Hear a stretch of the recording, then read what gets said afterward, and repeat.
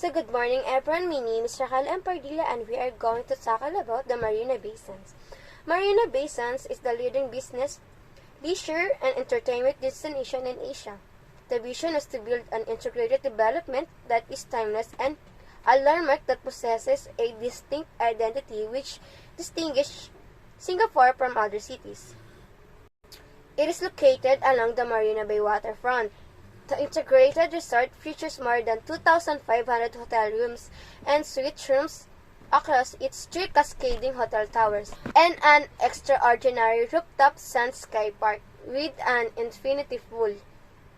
It is also boasts the best shopping mall in Asia, the largest nightclub in Singapore, world-class celebrity chef restaurants, a theater and a Las Vegas-style casino.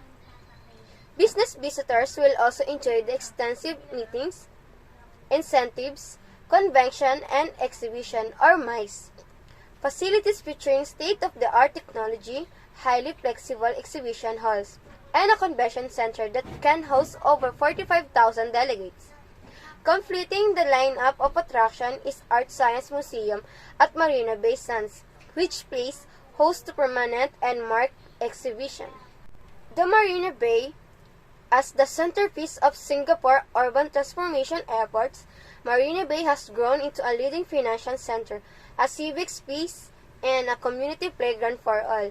Its journey to become a symbol of 21st century Singapore is a story of long-term planning and meticulous implementation.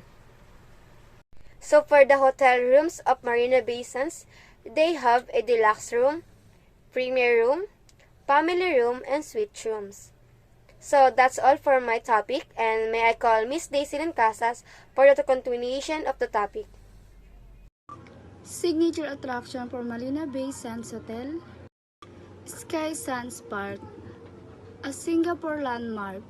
The Marina Bay Sands Sky Park spurred atop of the three tower of the waterfront Marina Bay Sands complex and offered the summer city of the best view, gain entry to the observation deck of the 57th floor and admire Super Tree, garden by the bay, and so much more. Your ticket include the audio guide, but do be aware that the infinity pool is reservation for the guests. The Sky Park was the world's longest elevated swimming pool with a 146 meter and 479 feet finishing edge, a concept called Infinity Pool, located 191 meters and 627 feet above ground. The next is the shops at Marina Bay Sands is the one of the most Singapore largest luxury shopping mall with over 800,000 square feet with the high-end retail shops such as Louis Vuitton and Chanel. This is the catching modern shopping mecca future of the temporary and open design.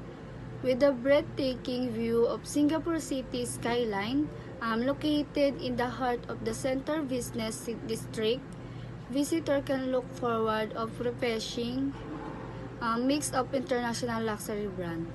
The last one is Sun Expo and Convention Center.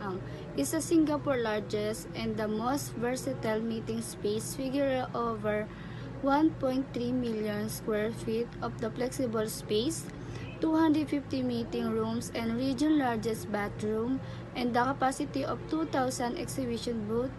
In all, the venue at Marina Bay Sands are recommended up to the 45,000 delegates at one time.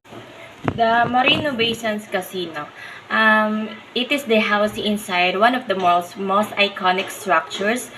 The casino at Marina Bay Sands encompasses more than 15,000 square meters of gaming space spread over 4 levels.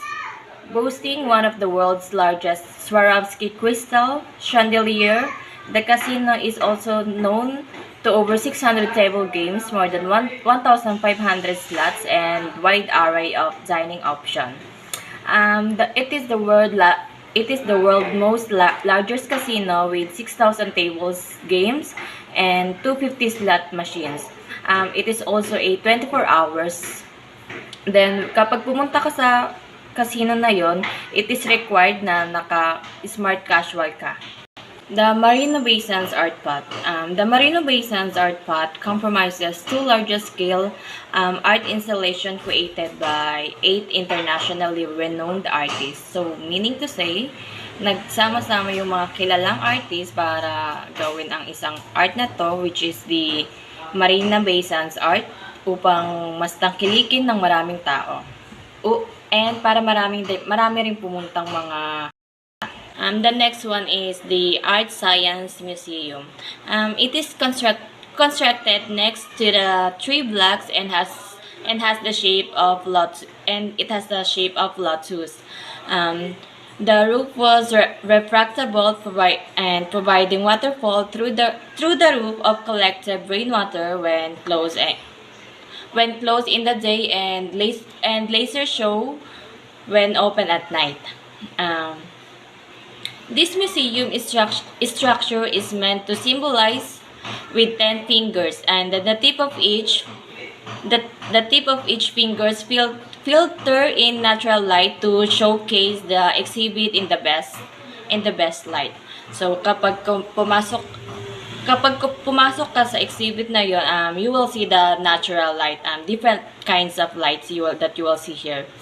It is often called where art meets science because of its significance to exhibition that explore aspects of science. For the last topic of this presentation is the wonderful in Marina Sand Bay Casino. It is a multimedia spectacular. It is also called the Light and Sand Show at Marina Bay Sands. It is all about the light shows that are organized every night of the week. So, ito yung isa sa mga tinitignan o pinakaabangan ng maraming tao dahil in this section is makikita mo yung mga different kinds of light tuwing gabi. It is a Singapore shining bright with a multicolored lights. The wonderful, it is very popular to Singapore because maraming tao yung mga na-attract dito, and makikita mo dito kung gaano kaganda ang pagkakagawa ng isang wonderful in Marina Sand Bay Casino. I mean, in this popular hotel. Yun lang, and thank you.